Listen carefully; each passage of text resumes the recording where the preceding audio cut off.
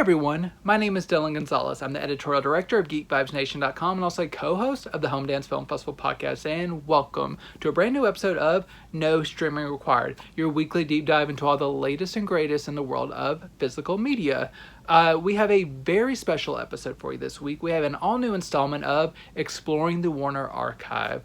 About once a month or so, I like to give a spotlight to one of my absolute favorite labels and spotlight not only their new offerings, but also go a little bit further back into the archive and pick a few interesting titles that you may have missed whenever they were first released, and give them just a fresh new assessment and make sure that you know titles that maybe you should be adding to your collection, because even if they've been out a while, if they're not in your collection, they're still great and they're still worth adding. So I'm just going to jump right into this. I'm going to start with our new titles, and one that has been highly anticipated, I know by many, is the double feature release of Scooby-Doo and the Witch's Ghost and Scooby-Doo and the Alien Invasion.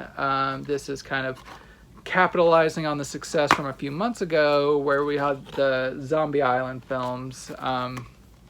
And so this is kind of, these two are right in the late 90s, early 2000s era of direct-to-video Scooby-Doo films that some people view as kind of like the golden age of direct-to-video Scooby. And I'm not going to go too deep into any of the plot lines for any of these titles. I try my best sometimes, but I sometimes get a little bit loquacious. But for these really have a good balance of genuine supernatural thrills with classic man with a monster mask on. So the Witch's Ghost is especially fun because you are kind of dealing with a Tim Curry as a man who has a family lineage of persecuted women who are believed to be witches, that he argues that they're actually Wiccan and kind of more trying to benefit the earth and very kind of socially conscious, environmentally conscious. And Scoob and the gang kind of gets involved. And what's really notable about this one, I like to point out the Hex Girls, the girl group that I think were very formative for a lot of people who viewed this back in the day. And just kind of the genuinely spooky ethos of this film. We are getting right into spooky season coming up soon, so I think if you buy this one, it might be worth holding off maybe a couple weeks and getting a little bit closer to Halloween, because this really has all the vibes that you want from that. Alien Invasion, that one is pretty fun. It's not quite as good as Witch's Ghost, but it is one that I quite enjoy. I like that both Scooby and Shaggy get counterpoints that they can kind of bounce off of and kind of become smitten with. So that is Crystal and Amber, and there's a reporter and her dog, and it's just how that eventually wraps up and how it kind of connects to the Scooby-Doo man behind the mask type trope. I think that works very well, and just that installment is especially very anti-government and consumerism in a way that I especially appreciate, of just people trying to trick people for their own personal gains. Scooby-Doo, very socially progressive films. Both of these are really fun, and they look really nice in HD. These were not handled by the Warner Archive team, the new HD masters, as far as I know. I believe these were the same HD masters that were handled for the Max, HBO Max kind of launch a few years ago, and they have been put on DVD, and they've been encoded very well, and they look very nice. They might not be the exact level of quality as maybe you get from Warner Archive, but they do look really nice. And if you watch the previous Scooby-Doo Zombie Island films, you'll kind of know what to expect here. These look really nice, colorful, very bold, better than they've ever looked on home entertainment by far. So this is Warner Archive doing very good work.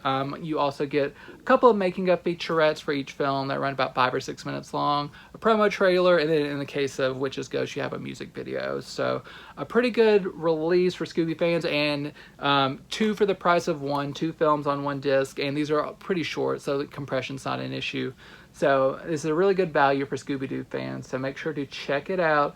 if you're a fan, and keep supporting these, because I'm pretty sure Warner Archive is planning a lot of really great animated releases in the future, and if you keep voting with your dollar, we're going to keep getting more and more. So I know I'm going to do my part, and I hope you do too, because I love all the animation in the Warner vaults. There's so much I want in HD, and I hope they just keep on bringing it and bringing it. Heading over to a live action film, but might as well be a cartoon, is the Elvis film Harum Scarum. It is continuing every couple months we get a Elvis release, the past couple years or so, which I know Elvis fans are not hating. This is one of his lesser ones though.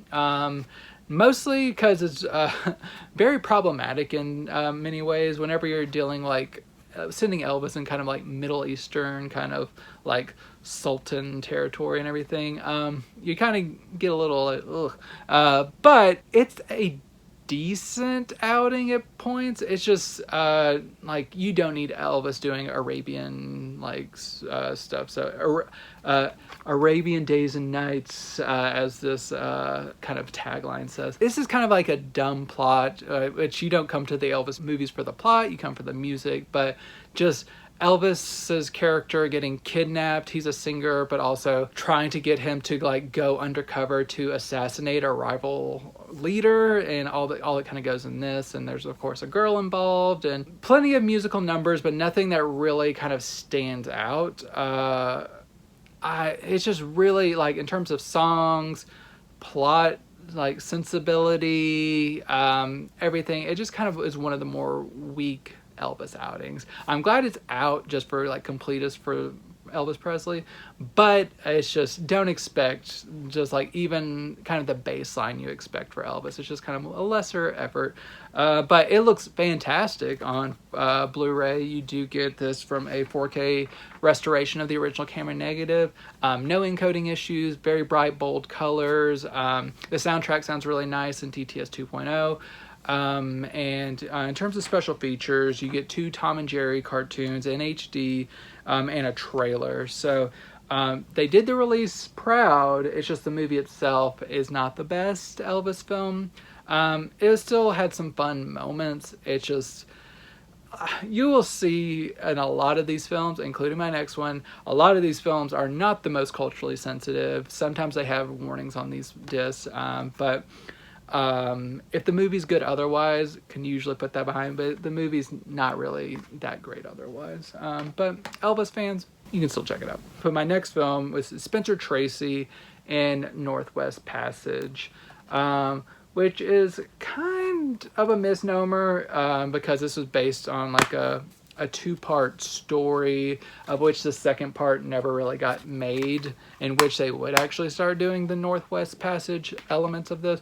This actually involves more so just kind of the actions and stories surrounding the French and Indian War. You have Spencer Tracy as a man who is kind of leading this attack on savages, and this is one of the more problematic depictions of Native Americans that I've seen in recent Warner Archive output, but it is what it is. It's what it was at the time. But you have Robert Young and Walter Brennan, especially Robert Young. He's kind of the main character who's forced to go on this adventure because he makes some insulting remarks to some people he shouldn't have, and he has to kind of go off on his own and gets caught up in this adventure. And there's a lot of attacks on Native Americans, and trying to kind of stay clear of different French forces and all this stuff, and just survival and just soldier tales and everything. So overall, I think it's a decent watch. It's would have been interesting to see the second part of the novel adapted, but just they couldn't get all the pieces together. And Spencer Tracy, he does a fine job. It's just mostly just the very one-dimensional depiction of Native Americans as savages kind of gets old. So if you're sensitive to that, steer clear of Northwest Passage. But if you're a Spencer Tracy fan, he does a good job in the role. And there's other redeeming elements to this. So this is good, not great in terms of what I'm talking about today. But it's another good release from Warner Archive. We get this from a 4K restoration. The original Technicolor negative, and Technicolor looks fantastic. You get the original soundtrack restored. Sounds great.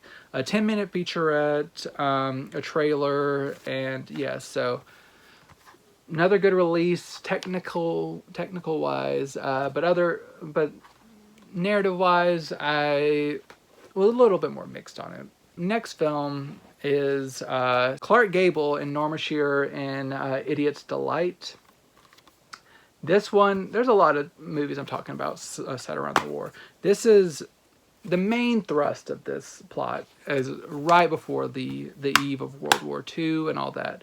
But it starts back with a World War I veteran trying to get back into the entertainment business after he gets out of the First World War, and kind of shows his journey over a course of a couple decades, and kind of gets him more to the present, right before World War II, where he is like leading a group of girls on a passage across Europe, and they get stranded in this like snowbound hotel that's right on the border of like kind of the brewing war.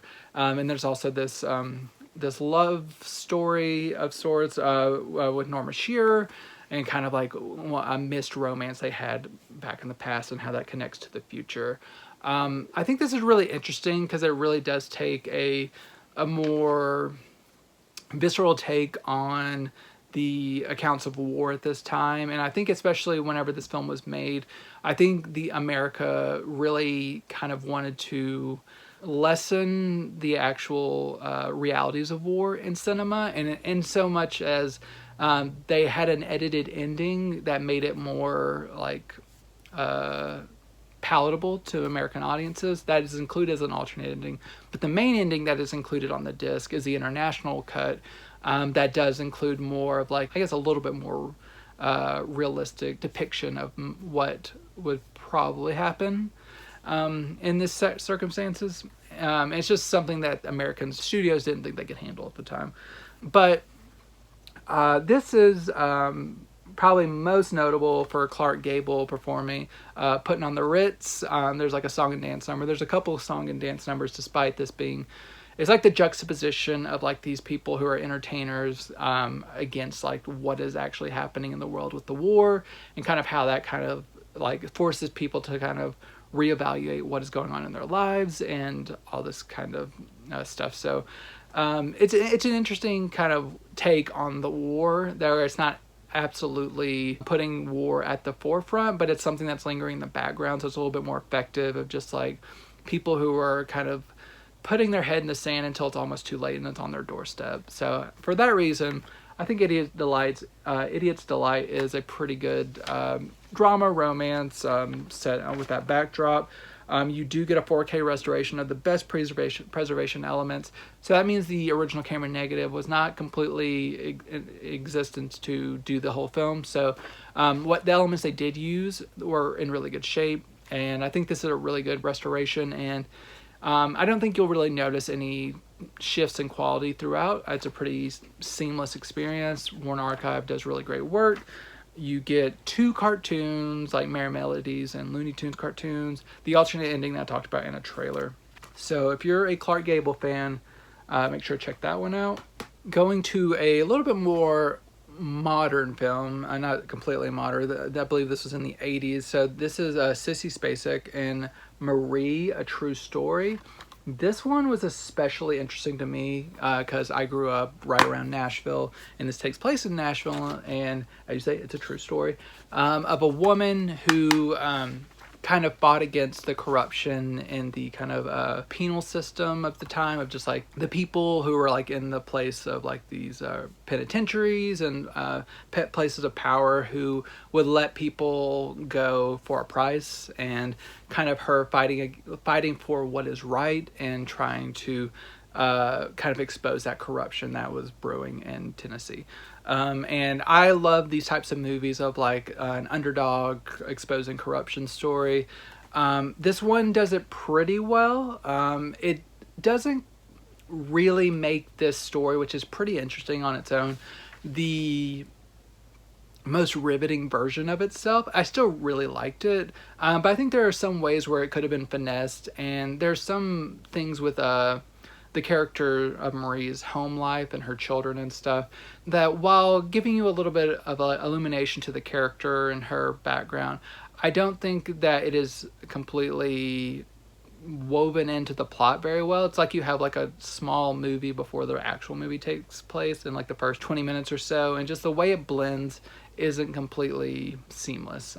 But overall, I really love Sissy Spacek. I just talked about her last week on Prime Cut, and it's good to see her again so soon. And she does a really good job in this. You have also Jeff Daniels, Morgan Freeman, Fred Thompson, who I believe this was his first role playing a version of himself, and who would eventually go on to actually do more acting, as well as being a Tennessee senator.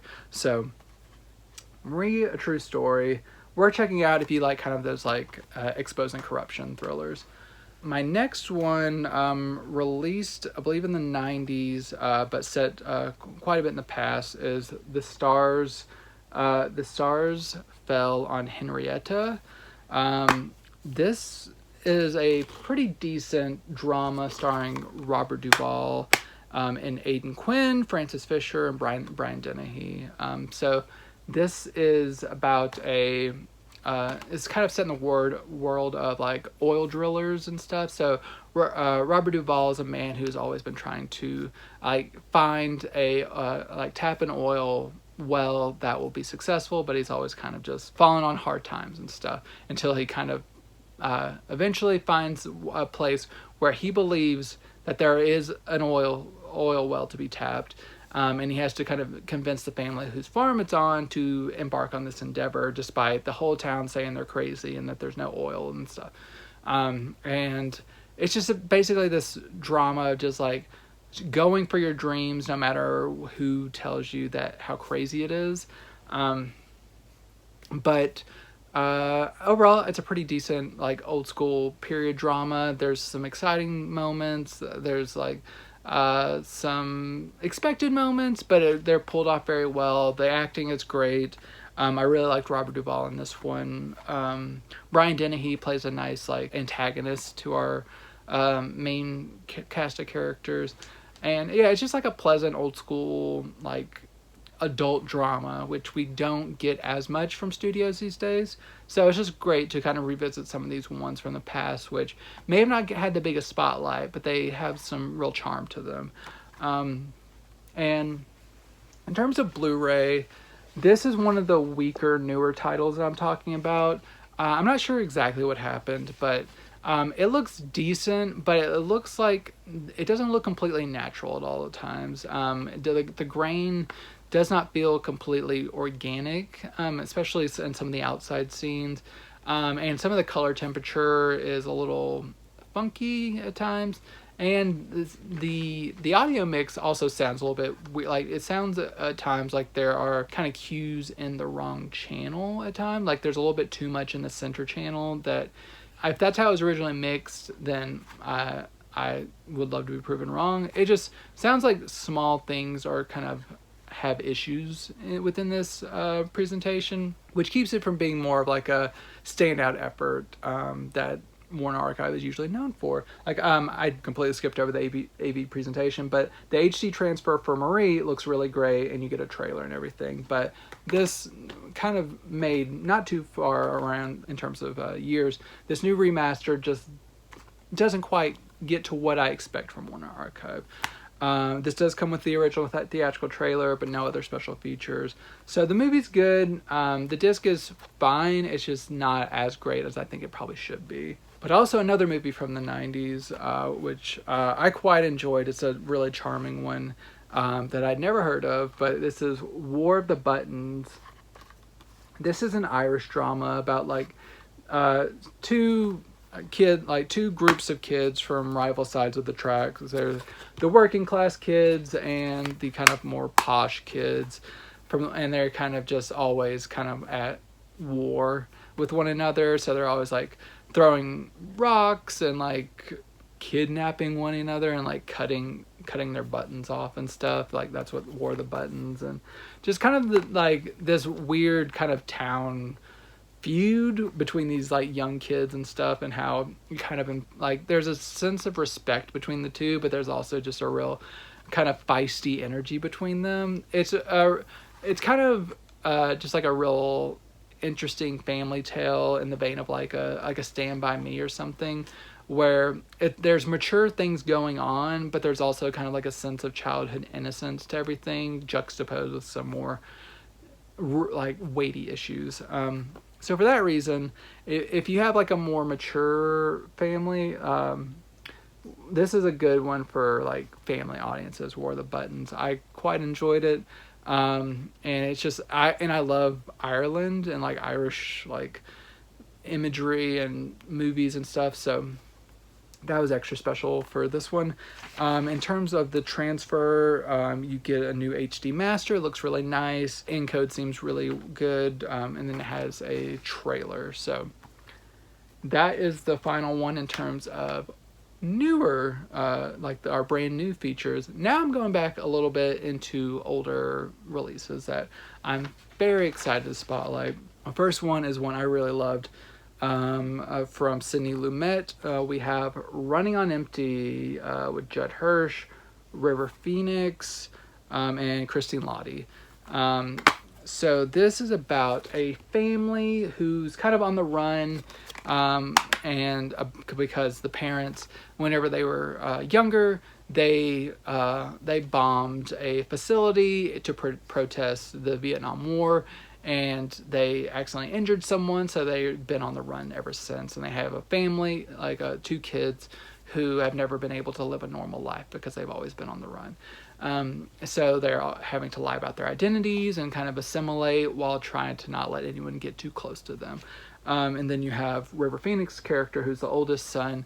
He is at a point where he's like he loves his family and he wants to be with them, but he also kind of starts craving normalcy and like to actually maybe live his life outside of them. So it's kind of that dynamic between like, what do you want out of life, and to be with your family, or to strive for something more whenever you're right at the cusp of like getting into adulthood. And it works very well. It's really a great acting ensemble, really great direction from Sidney Lumet, who's one of our best, was one of our best, and it's just a really emotional movie, but not in a cloying way. It's a very realistic handling, like authentic handling of this kind of material. And I don't think they over-exaggerate anything. And this Blu-ray, which came out in 2017, comes from a 2K scan of the inner positive. It looks fantastic. No like nicks or scratches or anything. It's been cleaned up very well. Encoding is good. You get a 2.0 track and a trailer. So now there's no other special features besides the trailer, but just a very good movie. That's one of my favorites I've seen from Sidney Lumet, and that's saying something because he's, like I said, was one of the greats. But heading over to something that I didn't quite like as much, but it was a decent time, is John Milius's The Wind and the Lion, from like the director of Red Dawn. So this is another wild casting decision, kind of like makes you go a little like, what were they thinking? You have Sean Connery as a like an Arabian kind of leader who kidnaps Candice Bergen's character, who's like a widow living abroad with her family. He kidnaps her and her family to kind of pressure like kind of the greater like international forces to kind of recognize their independence against like these within their own country and stuff. So it's kind of like someone kidnapping important people for their own purposes, and while they are kidnapped, there's I would say misguided kind of connection between him and Candice Bergen's kidnapped victim. So victim and captor kind of like not all out romance, but just like the connection they have, it didn't really ring believable to me. But you have like someone playing Teddy Roosevelt, which is pretty good. Yeah, John Huston is in an acting role.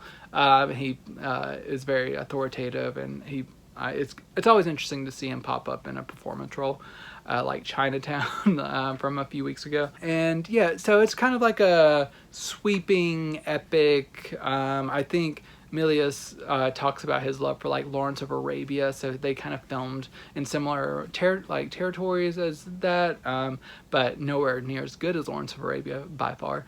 But it's a decent watch. It's just like the Connery casting and just kind of some of the dynamics between the characters didn't completely vibe with me. But for whenever this film was released early on in the Blu-ray format for Warner Archive in 2014, this still holds up very well. I don't know the exact source of the transfer, but it holds up well. It's just a nice, solid HD transfer. They've gotten better since their early days, but this still holds up very well. You do get some special features ported over, including a commentary track, a 10-minute behind-the-scenes featurette, and a trailer. So yeah, if you missed out this, and if you like Sean Connery and you are not bothered by him playing roles that probably aren't meant for him, then he does that a lot. And like in Hunt for Red October, just roll with it and have fun with it. It's a classic dad movie, so if you like those types of movies, I think you'll probably like it. Another one I was more iffy on, this is the controversial performance, which would make you think that it prominently stars Mick Jagger, and it does like an hour into it. But mostly this is James Fox. So this is James Fox. It's like a really kind of psychedelic, trippy crime movie where it's first half is really crime driven, where it's James Fox's character committing a crime and going on a run for this crime, and meeting up with the character played by Mick Jagger to hide out at his house. And there's like a lot of sex and drugs and psychedelic imagery, and just it. And this is also co-directed by two different directors. So you have Donald Campbell and Nicholas Roeg. You can kind of tell by their sensibilities who directed kind of which things, but it's just a movie that's really hard to grasp on because it's very psychedelic, it's very weird, very sexual. It originally received like an X rating, but it's been revised down to an R rating. It's just like one of those counterculture movies that you really have to kind of like glom onto and really like immerse yourself in to get it. I wasn't quite there. There were things I was interested in, and like some performances from Jagger within the movie that were pretty interesting. But overall, this kind of kept me at arm's length more than I was hoping.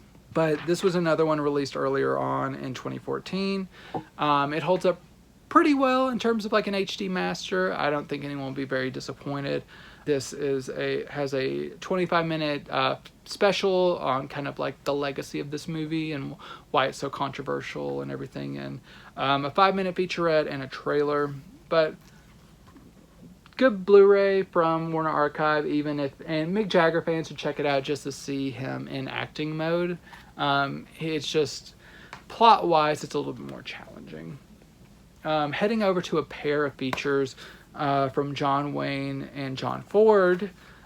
We have two war features for different wars. So we have She Wore a Yellow Ribbon and They Were Expendable. I will start with She Wore a Yellow Ribbon, which is more on like the settling frontier end of the spectrum of war pictures, where it is John Wayne as a captain who is on the verge of retirement, who is ordered to kind of go out and basically square off against some Native Americans while also transporting a very important general's daughter and niece, or wife and niece, and also dealing with the Native Americans in the kind of shadow of the Little Big Horn that has just kind of occurred within the narrative of this movie. This is really an interesting kind of companion, I would say, to like The Shootist, where it is a man reflecting on his legacy and kind of his place in the world, and like whether or not he has been this an effective leader to the men under his command. It deals with some interesting themes while also kind of doing the normal kind of like raids and like conflict and a little bit of romance in here as well. But what I really like about this is kind of the self-reflection and a little bit themes of brotherhood that are in here that make it a little bit less aggressive tale than sometimes the Duke is associated with. That I think it's a good change of pace. So it's a really special outing from Wayne and Ford, which I think people, if you're a Wayne fan and you haven't checked this one out, I think you'll really appreciate this. So this one did come out in 2016. It was from a scan of the Technicolor negative. The Technicolor looks fantastic. Cleaned up all the damage and everything like that. It's a really pristine looking print. 2.0 soundtrack.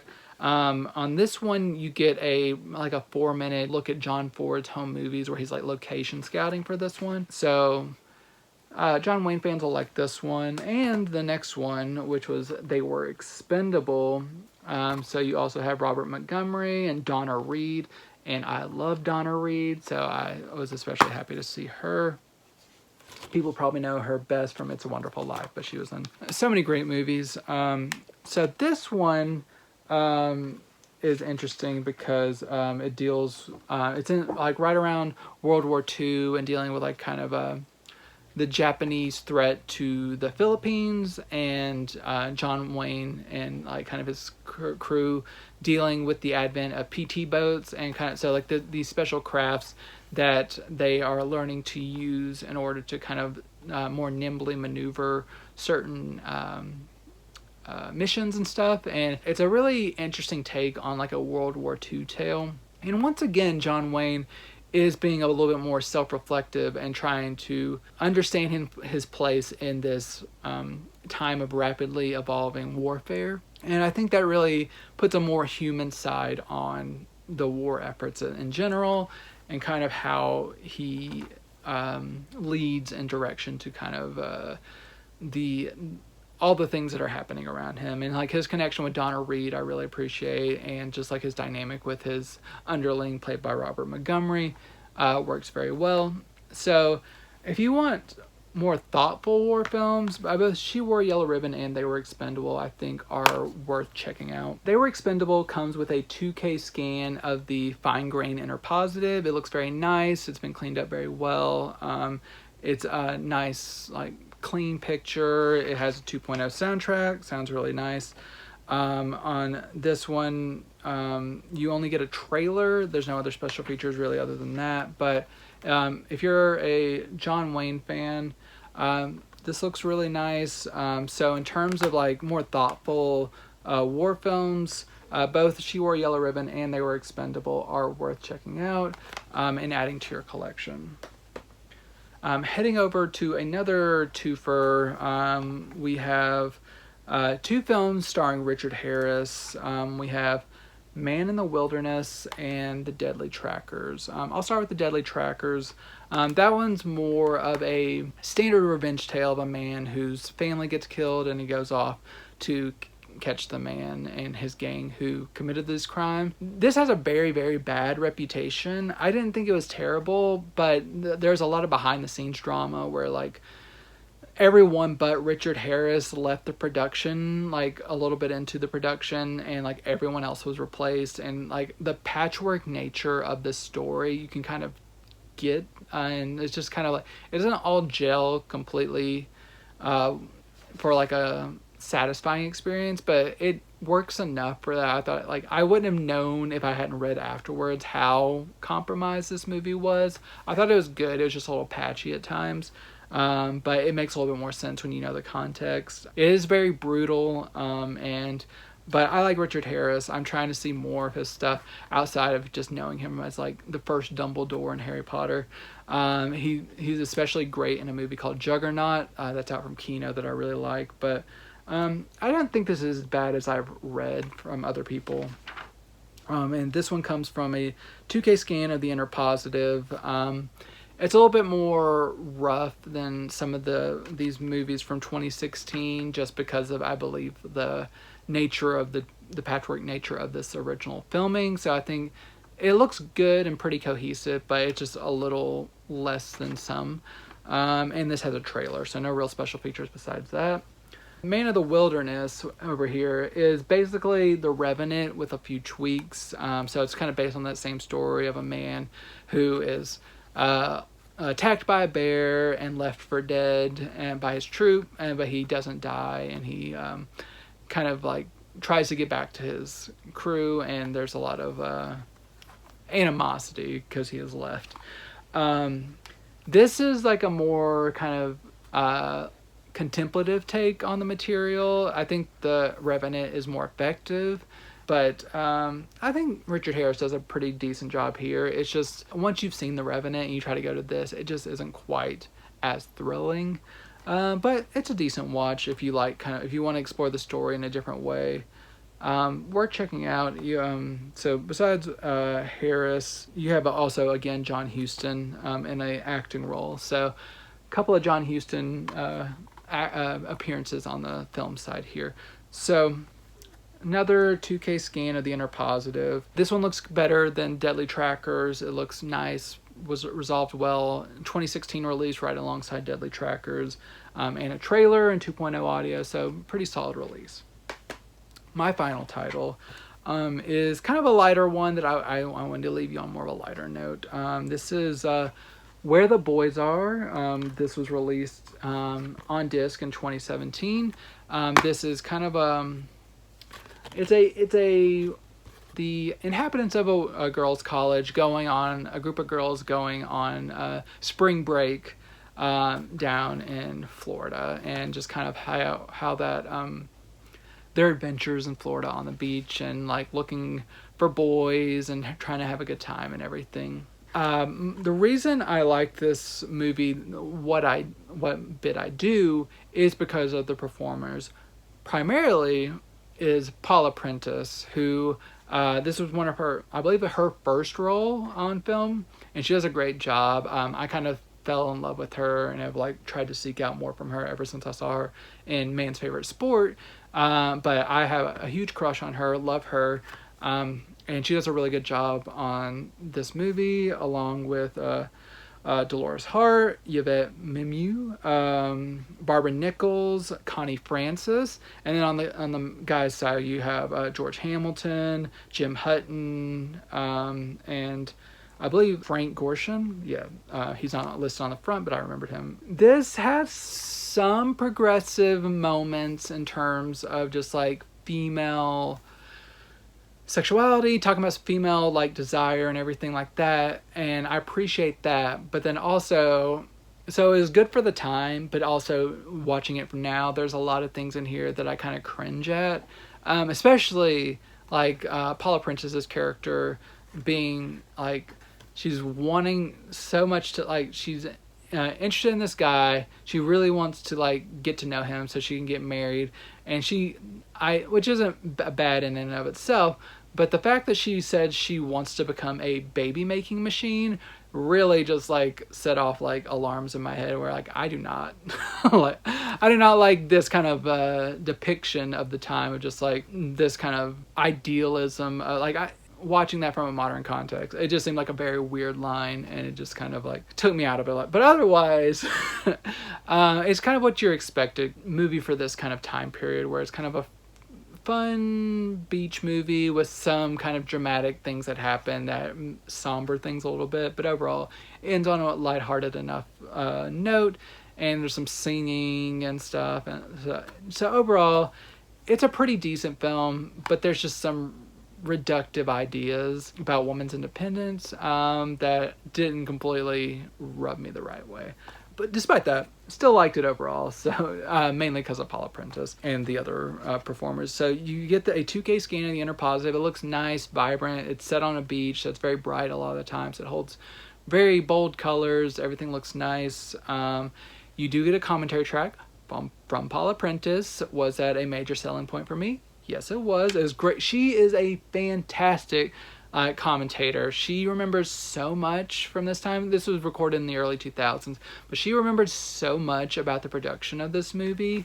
And just like hearing her talk, she's so like warm and full of life, and just like so giving so many great details about being on the tail end of that kind of Hollywood studio system, like with like contract players and everything like that, and her like dishing on some of the dirt on that. Fantastic. So like I think just her commentary track alone is well worth the experience. You also get an 8-minute featurette with Paula Prentice and Connie Francis on camera talking about their experiences with this movie, and then you get a very brief like world premiere clip from Florida that runs about a minute and a half. And it's like kind of black and white footage, no words, of just like seeing the world premiere, and then a trailer. So the special features do really help this, but it's also, if you like the idea of just like a beach movie from more of a woman's point of view, it works in that regard. That's my stack of Warner Archive titles for this month. Some really fun ones to check out. Let me know if I spoke about anything that you're interested in checking out. I want to know if you're picking up one of the new ones, or going back in the archive to something older. If there's something you want to see me talk about in a future installment, please let me know in the comments. Share this with anyone you think might enjoy these titles.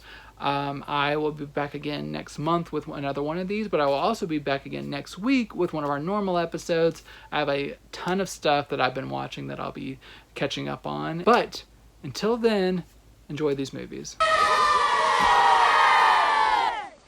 Is that it? That's the best you can do. Where's your mate? I thought you came for the fight. Maybe their mammies wouldn't leave him out. Who rattled your cage, gorilla? What's up? Haven't you had your bananas yet? Well, chew on these and shut your face!